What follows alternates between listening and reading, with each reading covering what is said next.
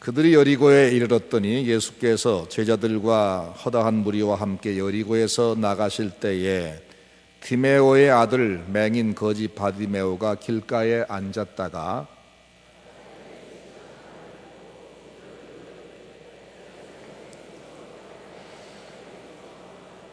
많은 사람이 꾸짖어 잠잠하라 하되 그가 더욱 크게 소리질러 이르되 다윗의 자손이여 나를 불쌍히 여기소서 하는지라.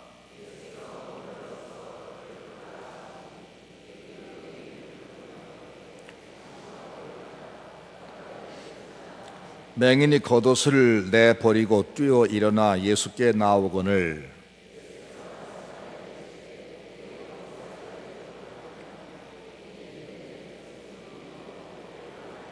예수께서 이르시되 가라 내 믿음이 너를 구원하였느니라 하시니 그가 곧 보게 되어 예수를 길에서 따르니라.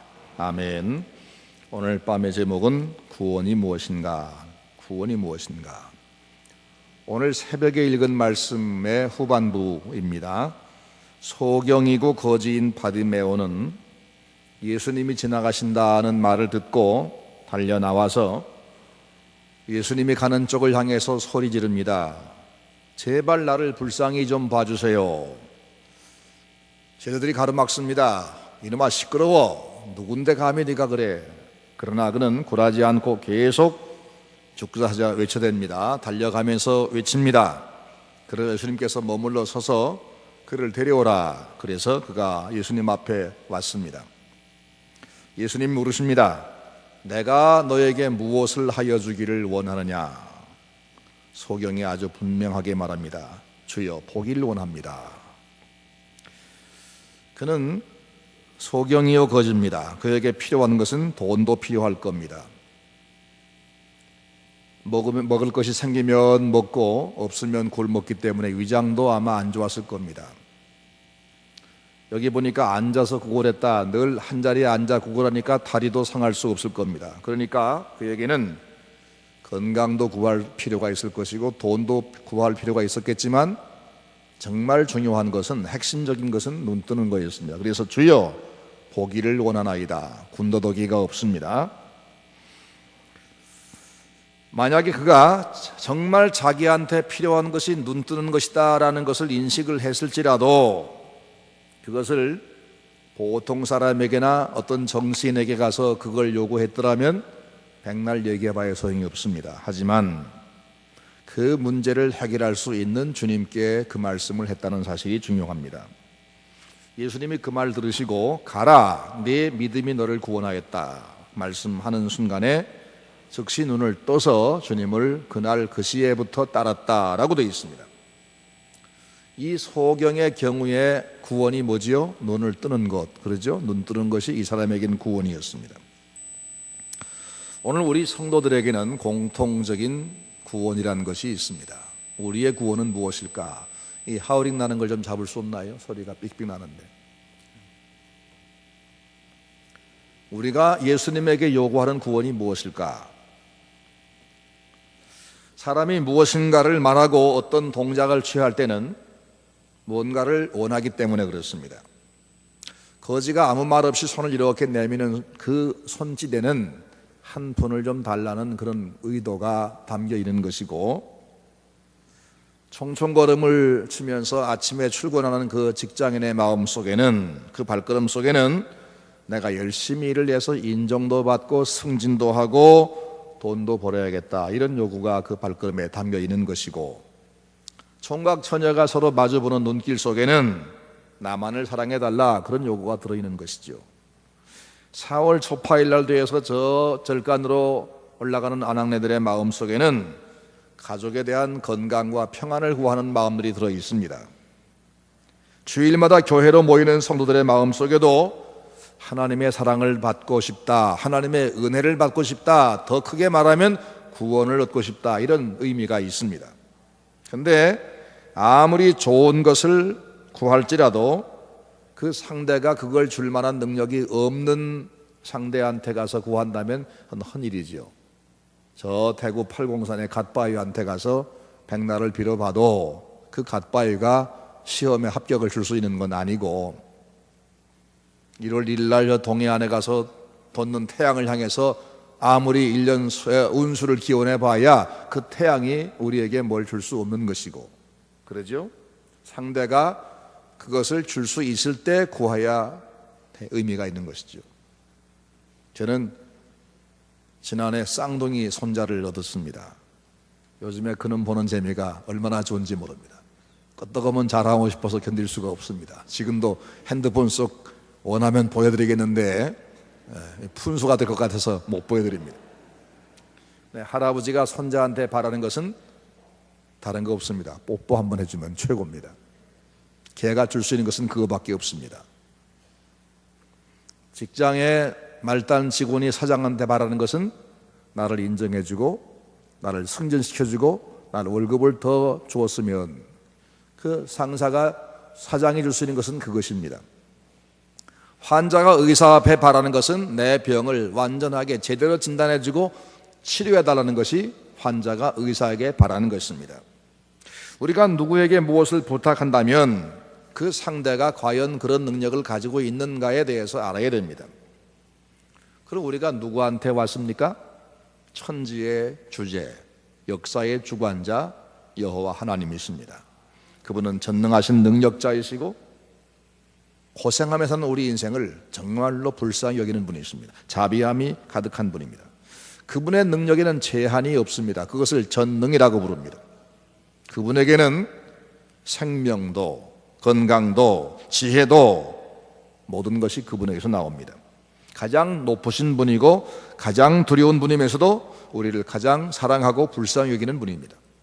그래서 이분에게 와서 우리가 구하는 것은 모든 것이 다 필요하겠지만 가장 큰 것이 있는데 그게 뭐냐면 바로 구원이라는 겁니다. 바울이란 주의 사자가 저 빌립보에가 전도할 때 한 유명한 말이 있죠. 주 예수를 믿으라, 그리하면 너와 내 집이 뭘 얻으리라? 구원을 얻으리라. 사도 바울이 그 말을 한 이후로 우리가 전도할 때마다 그 말씀을 잘 인용합니다. 예수 믿으면 구원을 받는다. 그러면 구원이 뭐냐? 구원이 뭐냐?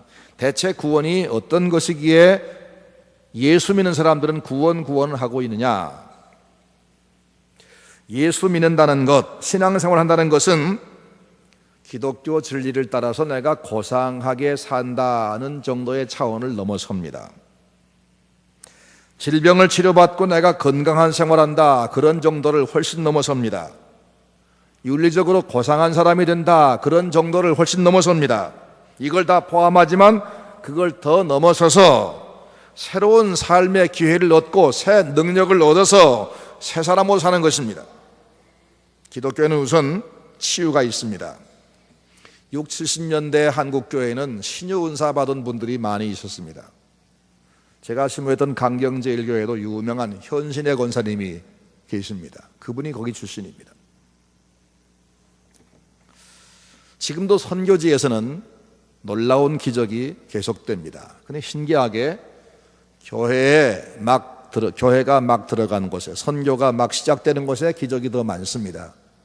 그 이유가 뭐냐면 저도 저 시골 목회할 때 엄청난 기적을 많이 체험했습니다. 근데 그 교회가 말씀의 뿌리가 내려지고 나면 기적은 조금씩 감소가 됩니다. 왜냐하면 초등학교 1학년 학생들이 가진 교과서에는 그림이 많아요, 글씨가 많아요? 그림이 많죠. 근데 3학년, 4학년 올라가면 그림이 점점 줄고 글씨가 많아집니다. 나중에 6학년쯤 되면 그림은 적어집니다. 대학교 교재에는 필요한 그림만 있고 거의 글씨로 되어 있습니다. 그러죠?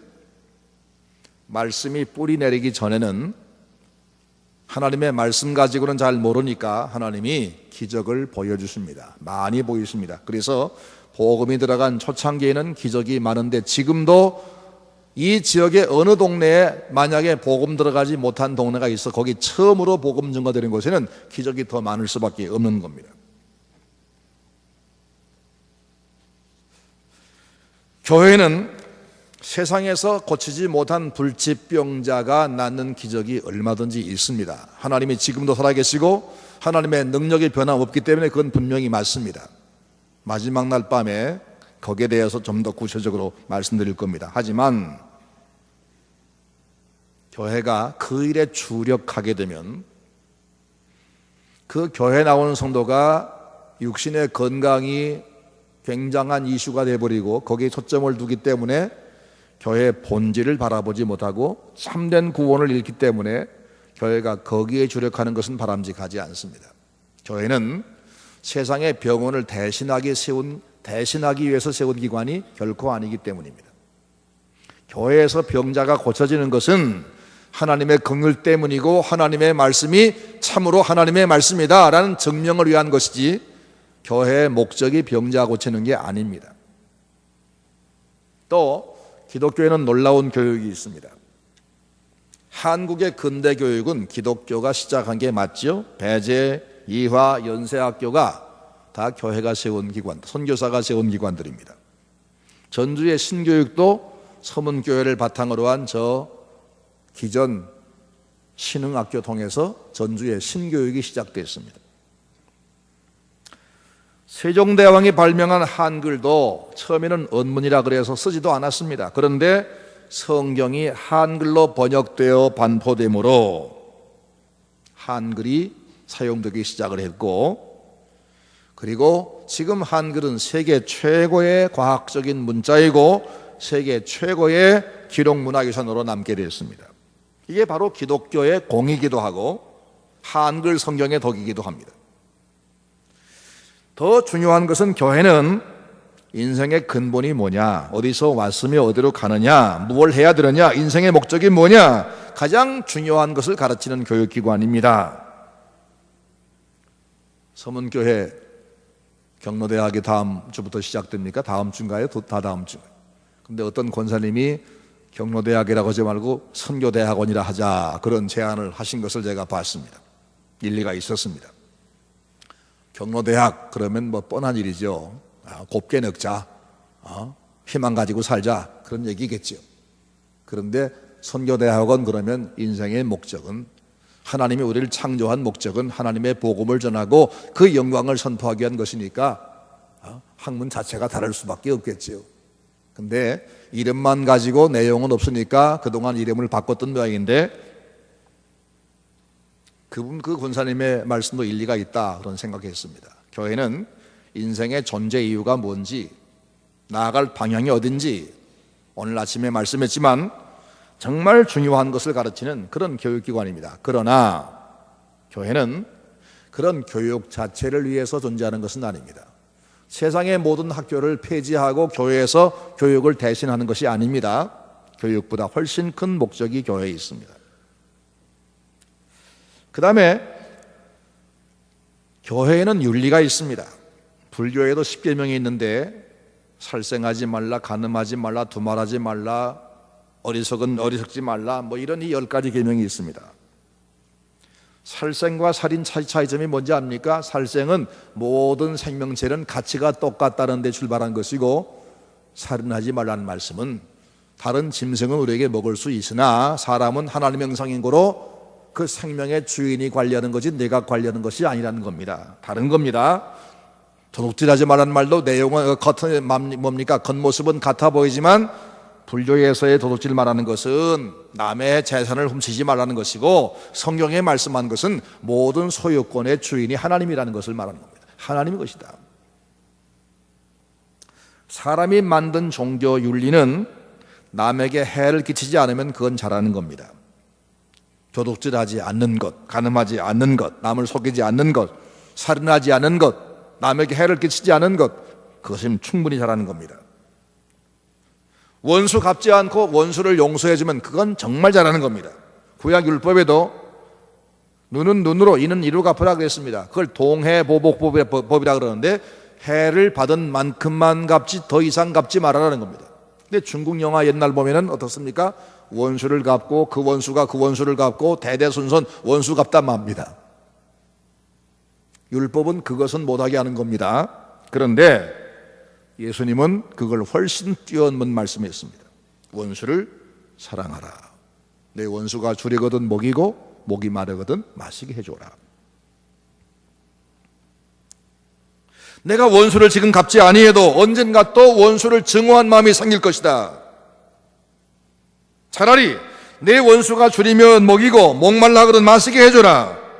그렇게 하면 그 원수가 너무나 미안하고 너무나 부끄러워서 마치 정수리에 숯불을 얹어놓은 것처럼 화끈거려서 그 사랑에 굴복하게 될 것이고, 그때야 원수는 청산되는 것이다. 그런 말씀입니다. 이것이 기독교 원리입니다. 이건 세상 사람들의 아이디어에서 나온 게 아닙니다. 상상도 못 해봤습니다. 인간의 머리나 가슴에서 놓은 것이 아니라 우리를 창조한 하나님, 그분에게서 왔습니다. 사랑 덩어리이신 그분에게 왔습니다. 그러기에 기독교에는 세상에서 상상도 못한 윤리가 있습니다. 이것이 너무 귀합니다. 하지만 교회는 기독교 윤리를 자랑하기 위해서 그걸 가르치고 있는 게 아닙니다. 향교가 아닙니다. 그보다 훨씬 큰 핵심이 있다는 말입니다. 기독교는 박애정신이 있습니다. 전쟁터에서 적이라도 상처 입으면 고쳐주는 것, 적십자 운동이죠. 그 적십자 운동은 주님의 사랑을 깨달은 사람들에게서 시작되었습니다. 적십자 마크가 빨간 십자가인 이유가 바로 예수의 사랑을 바탕으로 한 것이고 교회에서 나온 겁니다. 이렇게 몇 가지만 대충 훑어보아도 기독교는 박애 운동 중에 박애 운동이요, 윤리 중에 윤리요, 최첨단의 교육기관이고 삶 전체를 인도하는 푸른 초장입니다. 그러나 이것은 기독교의 알맹이는 아니라는 겁니다. 다만 그것은 성도가 하나님께 받은 구원에 감사해서 맺는 생활의 열매일 뿐입니다. 구원받은 은혜에 대한 열매입니다. 그러면 기독교의 핵심인 구원은 뭐냐? 그것은 세 단계입니다. 첫째는 죄의 용서, 둘째는 성령의 인도를 받아서 하나님의 자녀로 사는 오늘의 삶, 그리고 셋째는 부활과 영생이라는 겁니다. 이것을 포함해서 다해서 구원이라 그럽니다. 우선 첫 단계는 죄의 용서입니다. 우리가 평생 동안 저질러온 죄를 용서받는 것, 이게 구원입니다. 우린 죄인이고 우리를 만드신 하나님은 죄를 짓지 말라고, 죄를 미워하라고 명령하신 하나님이십니다. 죄를 짓는 자는 사망이라고 분명히 선고한 분입니다. 그래서 우리가 죄를 지은 이상 이 죄의 결과인 사망에서 아무리 몸부림을 쳐봐도 벗어날 길이 없습니다. 죄를 해결해야만 사망에서 벗어나는데 우리 힘으로 그 누구도 자기 죄를 정리할 수가 없었습니다. 어떻게 해야 우리가 지은 죄를 해결할 수 있을까? 불교에 유명한 성철 스님이라는 분이 있습니다. 성철 스님. 저는 그분을 대단한 분이라고 존경에 마지 않습니다. 그 사람의 그 인격 자체를. 그분은 어떻게 자기 죄를 씻고자 노력했는가 하면 5년 동안을 장좌불화라는 고행을 했습니다. 장좌불화가 뭐냐면 등을 벽이나 방바닥에 대지 않고 꼿꼿이 등을 세우고 앉아서나 서서 잠을 자는 겁니다. 잠잘 때도.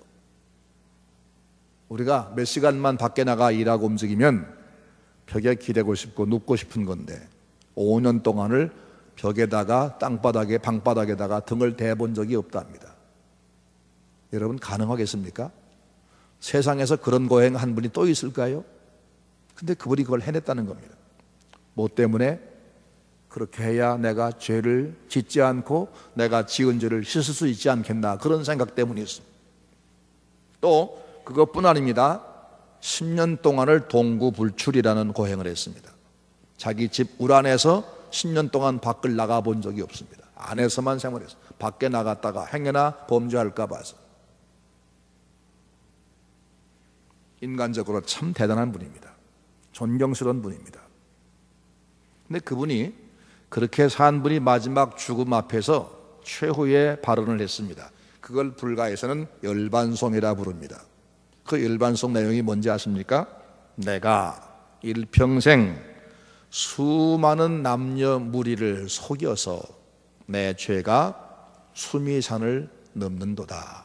수미산은 태산과 같은 엄청난 상상할 수 없는 그런 큰 산을 불가해서 상징하는 말입니다. 내 죄가 태산보다 훨씬 더 많다. 내가 사한 채로 무간지옥 끝없는 지옥에 떨어지니 한이 만 갈래나 되는도다. 이렇게 말하고 죽었습니다. 아니, 그분이 무슨 말을 그렇게 거짓말을 많이 했습니까? 자기는 자기가 지은 죄는 자기의 착한 행실로 닦아내야만 된다. 자기가 지은 죄는 자기 선행으로 보상해야만 된다. 그렇게 생각하고 그러면 사람이 열반에 이를 수 있다고 그렇게 평생을 가르쳐 왔는데, 내가 평생 이렇게 고행하고 살아봤지만 내가 살아보니 전부 그것은 헛소리였다. 결과적으로 내가 거짓말한 것이다. 내가 일평생 동안 남녀물이 속인 것이 됐다. 그래서 내가 이렇게 죄만 짓고 간다. 그렇게 고백한 겁니다. 얼마나 정직한 말인지 모릅니다. 인간의 고행과 착한 행실로는 죄를 씻을 길이 없습니다. 성경이 말씀하고 있고 성철 스님이 증명하고 있습니다. 그분이 살아있는 동안에 단 한 번만 로마서를 정독했더라면 답을 알았을 터인데 참 딱하기 그지없는 것입니다. 사람의 수행으로는 죄를 씻을 방법이 없습니다. 불교의 교리를 보면 인간은 고생덩어리다. 그걸 고재라고 말합니다. 그 고생덩어리인 이유는 아집, 욕심 때문이다. 이걸 집재라고 말합니다. 그건 그냥 놓으면 안 되고 이걸 없애야 된다. 이걸 멸재라고 말합니다. 그리고 그걸 멸하는 방법은 정념, 명행, 생각하는 것이나 행동하는 것이나 말하는 것이나 모든 것을 빤듯하게 하면 된다. 이걸 도재라고 말합니다. 근데 그게 가능하지를 않습니다. 상상만 그렇게 하는 거지 가능하지 않다는 것을 성철 스님이 고백을 하고 죽었습니다. 세상의 모든 종교가 자기가 지은 죄는 자기가 공을 세워야 갚을 수 있다. 남이 대신해 줄 수 있는 것은 아니다 라고 말합니다. 그리고 그것이 우리의 자연스러운 감정에, 법감정에 맞습니다. 그래서 세상의 모든 이 인간의 사유에서 나온 종교는, 사색 종교는 이걸 가르칩니다. 하지만 성경은 처음부터 그렇게 말씀하지 않습니다. 그 누구도 자기의 힘으로 범한 죄를 사할 수가 없다. 인간은 이미 타락한 존재, 범죄한 존재에서 인간은 죄악 덩어리, 죄인이다. 제가 말씀했죠, 언젠가? 눈을 뭉쳐서 만든 사람을 눈사람이라 부른다. 그건 속과 겉이 다 눈으로 뭉쳐져 있습니다. 눈사람, 설인. 그럼 죄인은 뭡니까? 죄로 뭉쳐진 인생을 말합니다. 인생은 속과 겉이 다 죄덩어리다. 그래서 우리가 굴러가며 남기는 발자국, 행하는 모든 것이 다 죄일 수밖에 없다는 겁니다. 그래서 창세기에서 아담 하와가 범죄한 직후부터 하나님은 네가 잘못했으니까 얼마만큼 내가 벌금을 내라, 얼마만큼 노역을 해라 말씀하지 않고 여자의 후손이 와서 너를 범죄하게 한 그 뱀의 머리를 밟아 깨뜨림으로 구원을 받는다고 말씀했습니다. 그 여자의 후손은 여자들의 후손이 아니고 여자 단수입니다. 동정녀 마리아에 통해서 오신 예수 한 분을 말하는 겁니다. 그 다음에는 아담 하와가 그 범죄 때문에 두려워 부끄러워서 나뭇가지의 사이에 나무 잎을 가지고 치마에 입고 숨어 있을 때 그들을 위해서 가죽옷을 지어 입혔습니다. 가죽옷은 그 사람, 죄 지은 사람, 부끄러움이 있는 사람, 그 사람이 아닌 다른 생명체가 피 흘리고 생명을 버려서 죽어준 결과로 얻어진 것입니다. 예수 그리스도가 죄 없는 하나님의 아들이, 의로우신 그분이 대신 죽어주어서 의를 우리에게 남겨주어 그 의를 덮어주지 아니하고는 우리의 부끄러움은 덮을 수가 없고 우리 죄는 사할 수 없다는 걸 처음부터 말씀한 겁니다. 모세가 시내산에서 율법을 받아가지고 내려왔습니다. 온 백성을 모아놓고 그걸 선포합니다. 이렇게 해라, 이렇게 살아라, 이렇게 해라.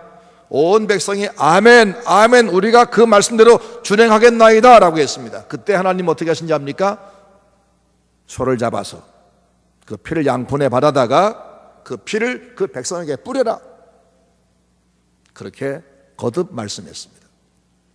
무슨 얘기냐면 하나님이 말씀하신 것을 백성들은 우리가 그렇게 하지요, 하면 되지 않겠습니까? 라고 할 때 너희가 그걸 행해서 구원받는 것이 아니라 이 피로 구원받는 거야 라고 율법을 선포할 때부터 시작하신 겁니다.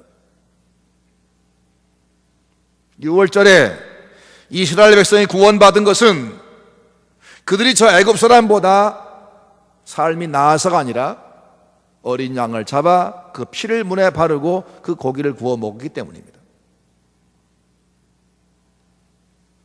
이렇게 구약 성경 처음부터 계속해서 우리의 구원은 우리 구주가 오셔서 그분이 해주신 구원을 우리가 의지할 때 받는 거지 내 힘으로 받는 게 아니라는 것을 분명히 말씀했습니다. 그러면서 그분이 어떻게 이 땅에 오실 것이고 어떻게 이 땅에서 우리를 위해 죽으실 것이고 우리를 어떻게 당신의 백성을 삼을 것인가를 구체적으로 계속해 말씀했습니다. 요한복음 3장 14절에서 민수기에 나오는 저 놋뱀을 모세가 광야에서 뱀 물린 자를 살리기 위해서 들었던 것처럼 나도 그렇게 들려야 하리니, 광야에서 뱀에 물린 자들이 그 놋뱀을 바라보고 그걸 믿을 때 산 것처럼 이 시대의 모든 저희들이 너희들을 위해 대신 죽은 나를 믿을 때 산다는 것을 보여준다는 겁니다. 결국 약속하신 대로 하나님의 아들이신 예수님이 땅에 인간의 몸을 가지고 오셨습니다. 우리 대신 매 맞고 살 찢기고 피 흘려 죽으셨습니다. 생각해 보세요. 뱀에 물려 지금 죽어가는 사람들에게 모세가 하나님 앞에 간구합니다. 그들을 위해서. 하나님, 이들이 범죄한 것이 정말로 못돼 먹어서 하나님이 진노하시는 것이 마땅하십니다.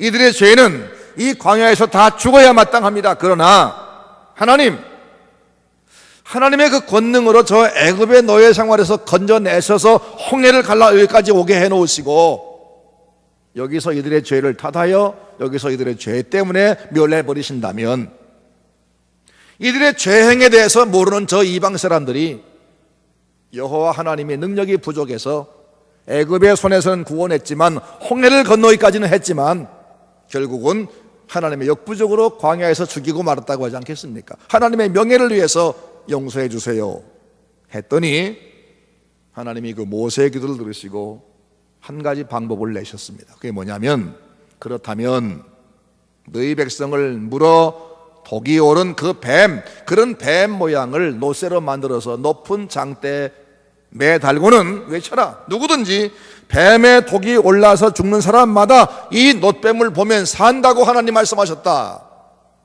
모세가 그렇게 외쳤더니 사람들의 반응은 두 가지였겠지요. 하나는 자기가 꽤나 머리가 좋다는 사람들, 세상 이치를 많이 안다는 사람들은 당연히 반발했을 겁니다. 말도 안 되는 소리 말아라. 지금 우리가 뱀에 물려서 뱀독이 올라서 지금 퉁퉁 붓고 몸이 아파 죽어가는데 뱀이라면 지금 진절머리 나는데 뱀을 또 보라고?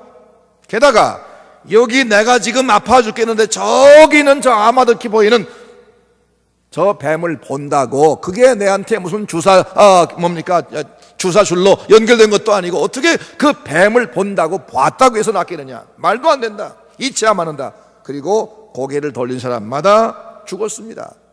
하지만 하나님께서 우리를 구원하시기로 약속하시고 그렇게 말씀하셨다면 그 말대로 하면 된다 라고 자기 생각, 자기의 이치를 다 접어버리고 말씀에 순종한 자마다 살았습니다. 그때 그랬던 것처럼 나도, 예수님 말씀입니다, 나도 인자도 십자가에 높이 달려야 하리니 이는 저를 믿는 사람, 나를 믿는 사람마다 멸망하지 않고 영생을 얻게 하려 하십니다. 죄 용서는 예수를 믿는 길밖에 없습니다. 그리고 평생에 지은 죄, 도무지 씻을 수 없는 그 죄, 이것을 깨끗하게 용서받는 것, 이게 바로 구원입니다.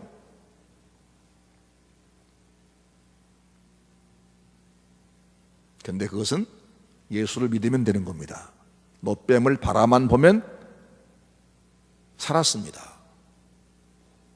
노뱀을 가서 만져본 것도 아닙니다. 이 시대 사람들이 말합니다. 지금 내가 죄를 지었는데 내가 벌금을 내든지 내가 노역을 하든지 내가 어떤 착한 일을 하든지 그렇게 해야 내가 지은 죄가 용서받는 거지, 2000년 전에 저 유대 나라에서 죽은 예수, 그것도 로마 총독한테 사형 선고를 받고 죄를 짊어 죽은 그 예수를 지금 이 시대에 내가 믿어서 과연 구원이 오겠느냐, 이치에 닿느냐. 그래서 이 시대에 머리 좋다는 사람들은 예수를 안 믿으려고 합니다. 헛똑똑이죠. 하나님이 그렇게 말씀했으면 그것이 옳은 겁니다. 그리고 그거밖에 길이 없습니다. 여러분은 예수님을 여러분을 위해서 대신 죽으신 여러분의 구주로 믿습니까? 정말 믿으십니까? 그러면 죄사함을 받았습니다. 주님은 그렇게 분명히 성경에 수없이 약속했습니다. 그의 약속은 신실하십니다. 어김이 없습니다. 죄사함, 이것이 첫 번째 구원의 첫 단계입니다. 두 번째는 오늘 성령의 도움으로 하나님의 자녀로서 살아가는 삶이 구원입니다. 우리가 예수를 믿지 않을 때는 우리를 돕는 이가 없었습니다. 무엇이 옳고 그른지에 대한 기준도 없었습니다. 우리 앞길을 알지 못했습니다. 어디로 갈지 알지 못했습니다. 그래서 점을 치고 운세를 보고 그러면서 불안해 살 수가 없었습니다. 근데 예수를 믿으면 죄 사할 뿐 아니라 죄 사함 받는 동시에 하나님의 자녀로 하나님이 입양해 주십니다. 하나님이 입양하십니다.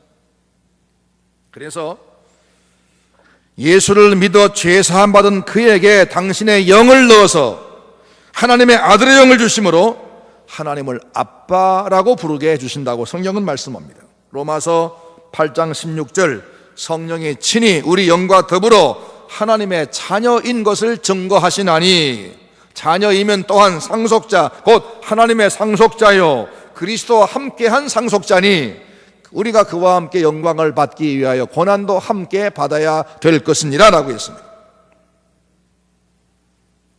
하나님의 영이 예수를 믿어 죄사함 받은 사람에게 들어오셔서 믿는 사람을 하나님의 자녀로 삼으시고 그날부터 성령이 날마다 우리를 보호하며 하나님의 말씀을 조명해 가르치고 우리의 걸음걸음을 인도하십니다.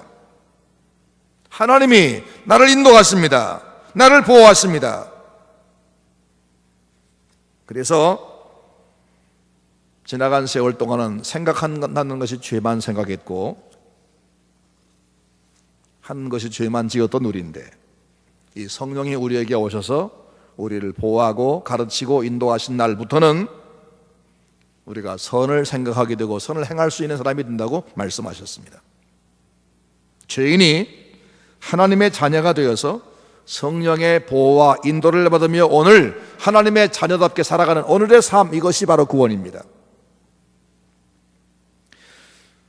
성령은 우리 믿는 사람에게 자기가 누구인지를 알게 합니다. 그래서 하나님을 감히 아버지라 부르는데 전혀 망설임이 없습니다.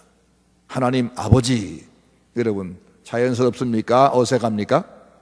자연스럽죠?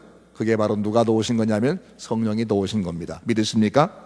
내가 누군지를 알게 하셔서 하나님을 아버지라고 감히 힘차게 부를 수 있습니다. 한번 불러볼까요? 아버지, 하나님, 아버지. 부끄러워요. 자신이 있어요. 부끄럽지 않죠? 내가 누구인지, 그리고 내가 이제 아버지를 닮아야 하는 것을 알게 하십니다. 그리고 내 사명이 뭔지 알게 하십니다. 이게 바로 성령이 도우시는 오늘 구원받은 삶입니다. 성령은 내 유익 중심이 아닌 다른 사람을 섬기는 삶을 살게 하십니다. 성령은 물질 중심이 아닌 영의 사람이 되게 하십니다.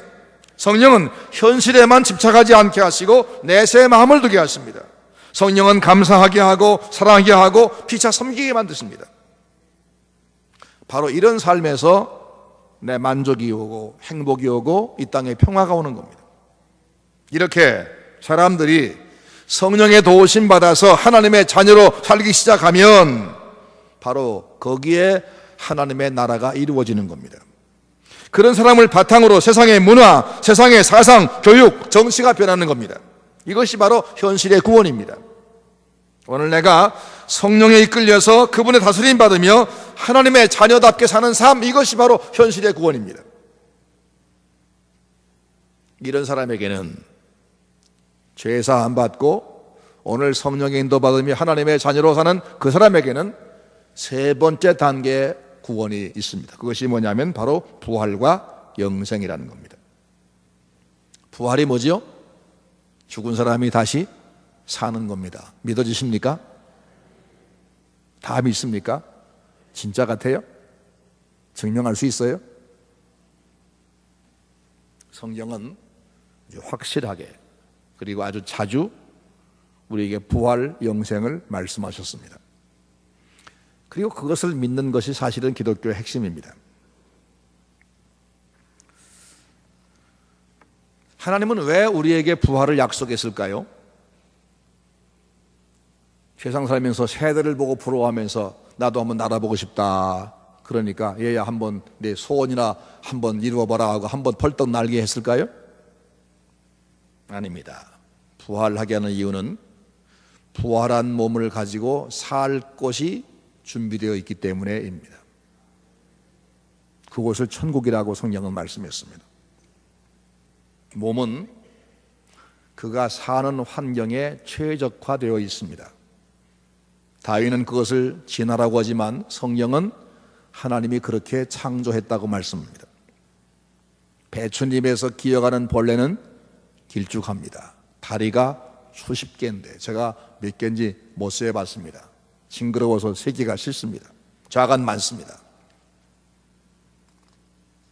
나비는 하늘을 나는데 적합하도록 몸이 가볍고 다리는 6개로 달려 있습니다. 그런데 그 나비는 뭐냐면 바로 그 배춧잎 벌레가 변신한 겁니다.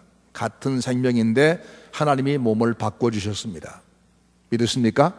그거 다 여러분 아시잖아요. 그죠? 아시잖아요. 매미 중에는 13년 주기 매미, 15년 주기 매미, 17년 주기 매미 그런 게 있습니다. 저 미국의 중부 남부 지역에 그런 매미가 수백만 마리가, 수억 마리가 산답니다.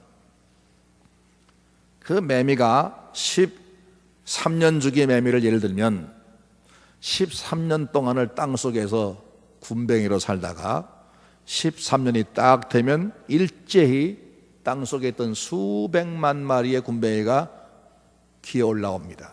나무로 기어 올라갑니다. 그리고 나무에서 꼬치를 짓습니다.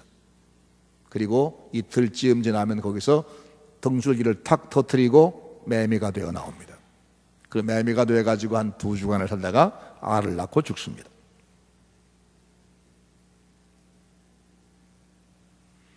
땅속에서 뭐였다고요? 군뱅이였습니다. 그때는 벌레였습니다. 근데 그것이 매미가 됩니다. 누가 그것을 변화시켰습니까? 군뱅이 제 힘입니까?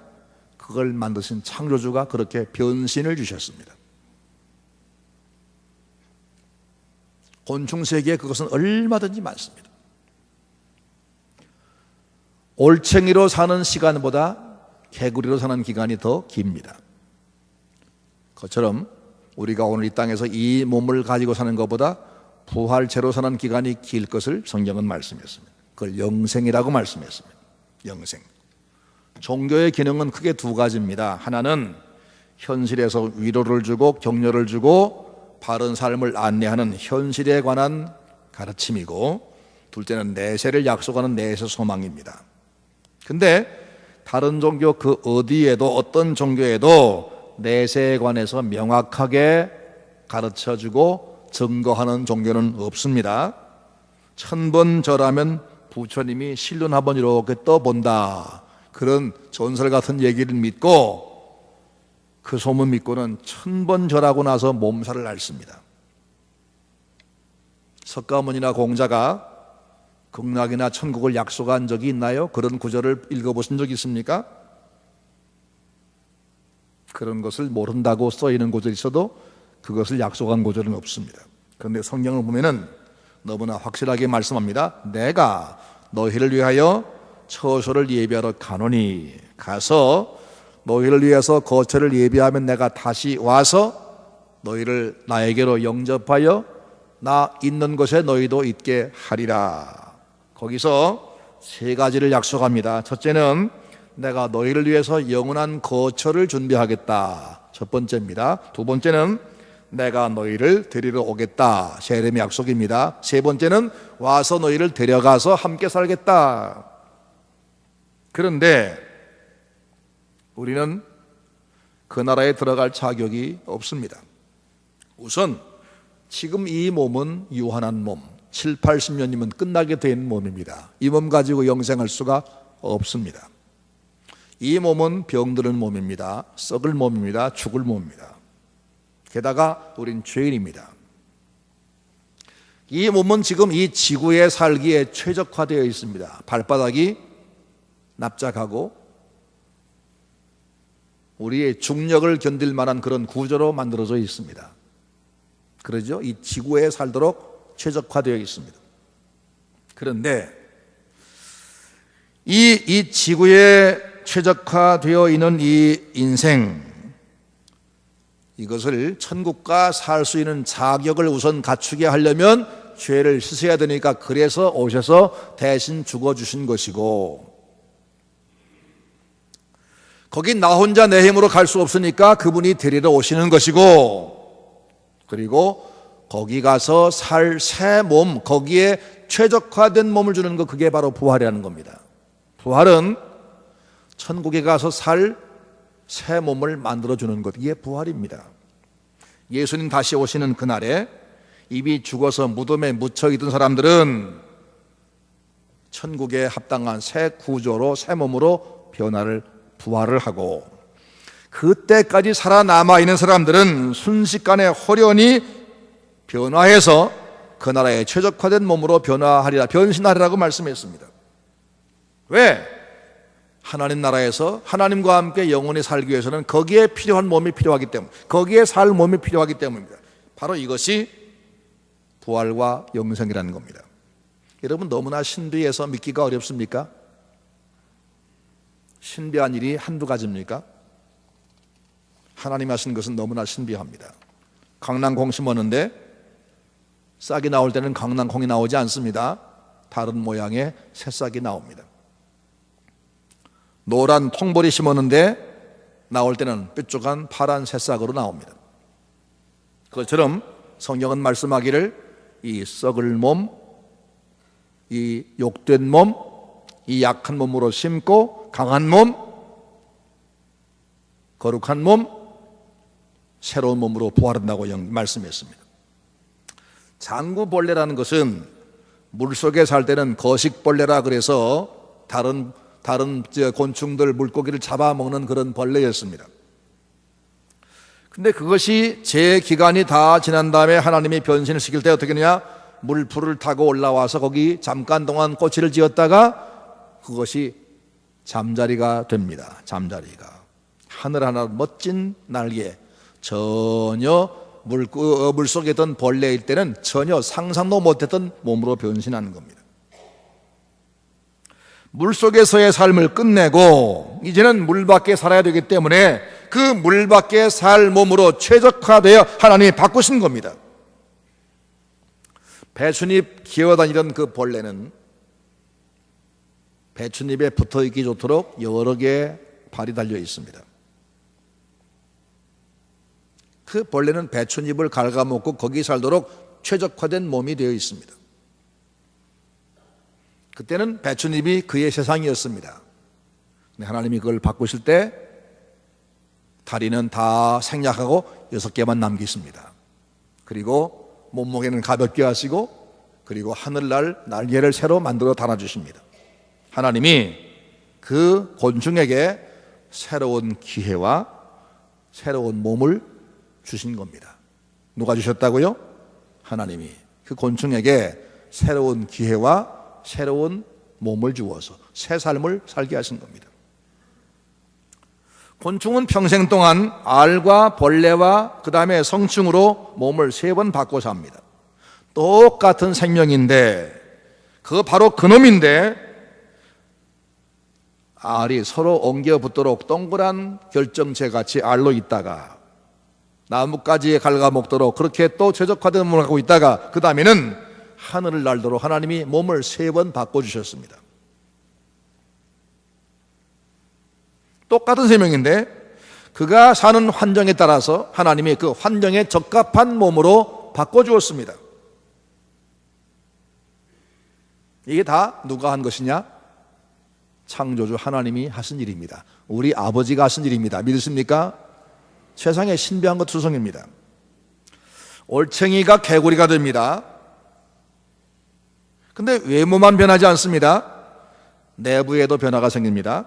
올챙이 때는 고기처럼 아가미로 숨을 쉽니다. 그런데 개구리 되면 동물처럼 허파로 숨을 쉽니다. 어느 순간부터인지 저는 모르지만 하나님이 그렇게 변화할 때가 되면 정확히 변화시킵니다. 변신이라는 것은 몸이 변하는 겁니다. 제 힘과 제 기술로가 아닙니다. 창조주가 그리하신 겁니다. 이 진정한 변신은 하나님이 새 몸을 선물로 주시는 겁니다. 인간의 부활은 성도에게 주시는 하나님의 선물인데 변신입니다. 여러분, 호주에 가면 오리 너구리라는 짐승이 있답니다. 짐승에 대한 일반 상식은 포유류는 새끼를 낳아서 젖을 먹여 기르는 것이 포유류라고 그러고 조류는 알을 낳아서 부화해서 새끼를 키웁니다. 근데 오리 너구리는 이 둘 중간에 있습니다. 주둥이는 새부리 같은 주둥인데 몸뚱이는 짐승 몸뚱이입니다. 몸은 포유류가 분명한데 이놈은 알을 낳습니다. 이게 새입니까? 짐승입니까? 우리가 생각할 땐 신비하기 짝이 없습니다. 상상하기도 어려운 일입니다. 그런데 하나님이 그렇게 신비한 몸을 주셨습니다. 누구에게 그렇게 멋진 몸과 놀라운 변신을 주었습니까? 짐승과 곤충에게도 주셨습니다. 하물며 미물과 짐승에게도 신비한 몸을 여러 번 바꿔주신 그분께서 만물의 영장이요 당신의 형상인 우리에게, 그것도 예수를 믿어서 죄사함 받고 하나님 자녀가 된 우리에게 이 누추하고 병드는 이 몸, 아주 잠깐 동안 살다가 죽는 이 몸, 이거 딱 한 번만 주실 것이라고 생각합니까? 예수의 피로 죄사함 받고 성령의 인도를 받던 우리 인생에게 하나님을 아버지라 부르며 교회에 모여서 내 사명을 위해서 하겠다고 애쓴 성도에게 하나님은 이 죄짓고 이 병들고 이렇게 죽고 썩는 이 땅에 한 번의 기회로 끝나겠습니까? 하나님은 그럴 분이 결코 아니십니다.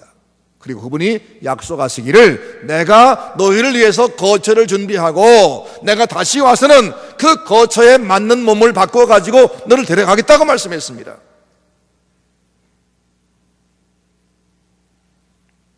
그러니 우리는 하나님의 약속을 의심하는 것 자체가 바보입니다. 우리는 의심할 능력도 없고 근거도 없습니다. 믿는 것이 바로 지혜고 믿는 것이 바로 능력입니다. 부활과 영생을 믿으시기 바랍니다. 주님 주시는 이 부활과 영생이 구원의 결정체입니다. 우리가 하루라도 마시지 않고는 못 사는 물을 한번 생각해 봅시다.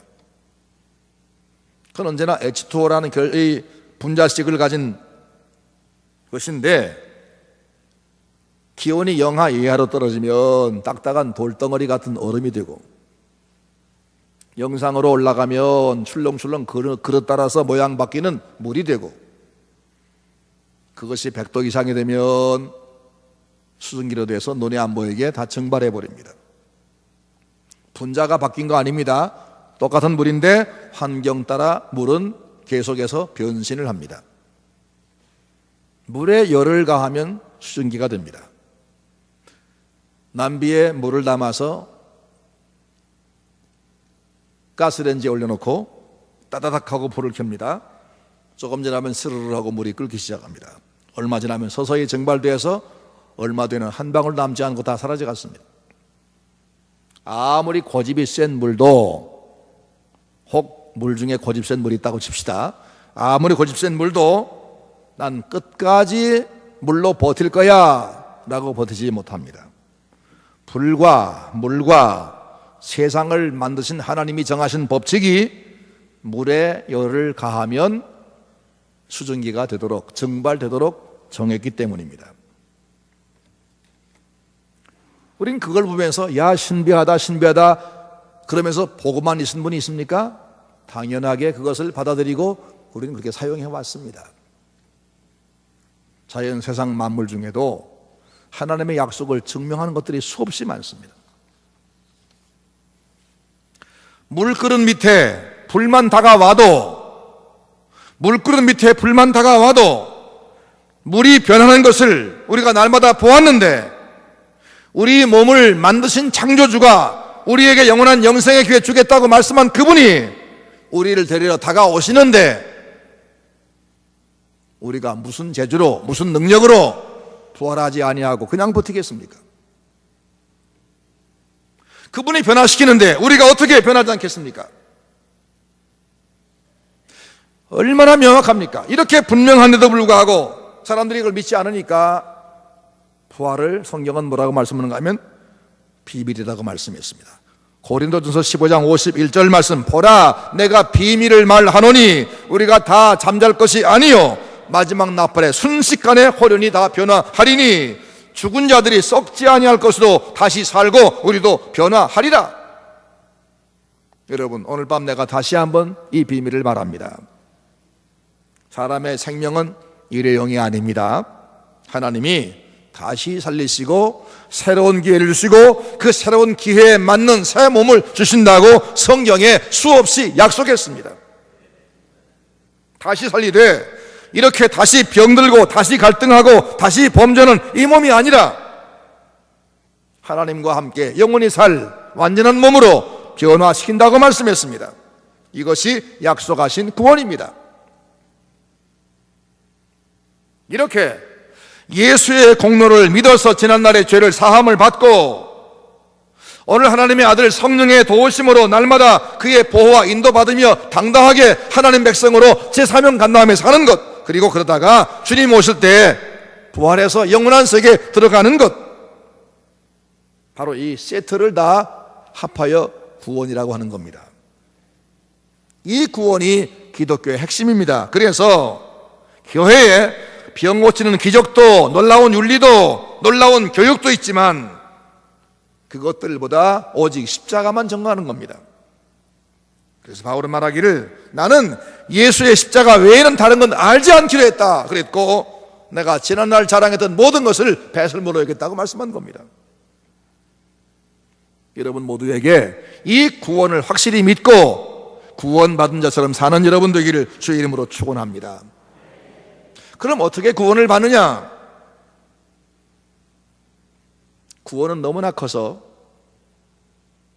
우리가 그것을 살 수가 없습니다.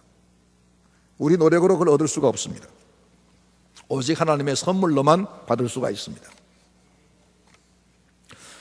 어떤 어린아이가 장난감 자동차 새로 나온 걸 사고 싶어서 자동차 장난감 가게 앞을 왔다 갔다 합니다. 너무나 탐이 납니다. 가격표 보니까 10만 원이라고 붙어 있습니다. 근데 이 아이 주머니 속엔 5천 원밖에 없습니다. 제 주머니에 있는 돈 가지고는 영 살 수가 없습니다. 그러면 이 아이는 영영 그 자동차를 못 갔습니까? 아닙니다. 집에 가서 아빠 손을 잡고 끌고 와서 아빠 저거 사줘요. 그럼 되는 겁니다. 그 아이가 가진 좋은 모든 것은 사실은 제가 산 것이 아니고 아버지에게서 선물로 받은 겁니다. 그렇죠? 우리 구원도 그렇습니다.